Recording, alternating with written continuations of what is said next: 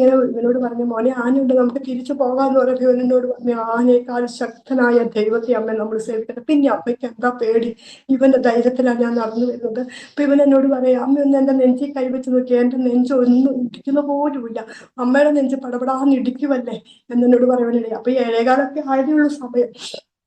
അങ്ങനെ എൻ്റെ മോൻ ലാസ്റ്റ് എന്നോട് പറയുന്ന ഒരു വാക്ക് ഇതാണ്, അവന്റെ അവസാനത്തെ വാക്ക് ഇതാണ്, അമ്മ ഇന്ന് ഞാൻ നിൽക്കതേ പോയ ഞാൻ ദൈവത്തിന്റെ വലത്തുഭാഗത്ത് ഇരിക്കും എന്ന് പറയുന്ന തീരുവല്ല, ഈ ആന ഓടി വരികയും ചിഹ്നം പിടിച്ചോണ്ട് ഓടി. ഞാൻ ഈ ആനയെ കണ്ടോണ്ട് പെട്ടെന്ന് പുറകോട്ട്, ഞങ്ങൾ ഒരുമിച്ച് തോളിൽ കൈയിട്ടാണ് വരുന്നത്, ഞാൻ പെട്ടെന്ന് പുറകോട്ട് ഓടുകയും ഇപ്പൊ എന്റെ കാല് സ്ലിപ്പാകുകയും ഞാൻ വീഴുകയും ഈ ആന എന്റെ മേത്തൂടെ കയറി പോകാൻ. ആനയുടെ ഒരു വശം മാത്രം, ഒരു കാലിന്റെ ഒരു ഭാഗം മാത്രമേ എൻ്റെ ദേഹത്ത് കൊണ്ടുള്ളൂ. അപ്പൊ തന്നെ എനിക്ക് എൻ്റെ എല്ല് നുറുങ്ങുന്ന ശബ്ദം എനിക്ക് കേൾക്കാം. അത്